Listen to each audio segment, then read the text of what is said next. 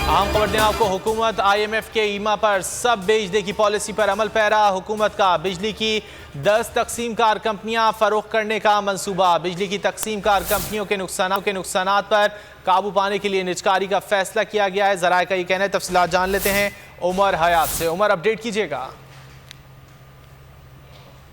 हुकूमत ने IMF के वहाँ पर जो है वो सब कुछ बेचने की पॉलिसी बना ली है और हुकूमत का 10 जो बिजली की तकसीम कार कंपनियां हैं उनको फरोख्त करने का मंसूबा सामने आया है और नुकसानात पर काबू पाने के लिए बिजली की 10 तकसीम कार कंपनियों की निजकारी का फैसला किया गया है। पहले मरहले में इस्लामाबाद इलेक्ट्रिक सप्लाई कंपनी और पेशावर इलेक्ट्रिक सप्लाई कंपनी की निजकारी की जाएगी, क्योंकि माली साल 2020 कैस्को और आइस्को के जो मजमूई नुकसानात थे वो 394 अरब रुपए के रहे और निजकारी से कबल जो है वो सूबों को भी ऑन बोर्ड लेने की तजवीज़ सामने आ गई है और सूबों को बिजली की तकसीम कार कंपनी के इंतजामी उमूर चलाने की पेशकश की गई है और सूबे सिंध के अलावा किसी सूबे ने तकसीम कार कंपनी के इंतजामी उमूर चलाने की हामी नहीं भरी है। बहुत शुक्रिया उमर हयात तफसीलात के लिए।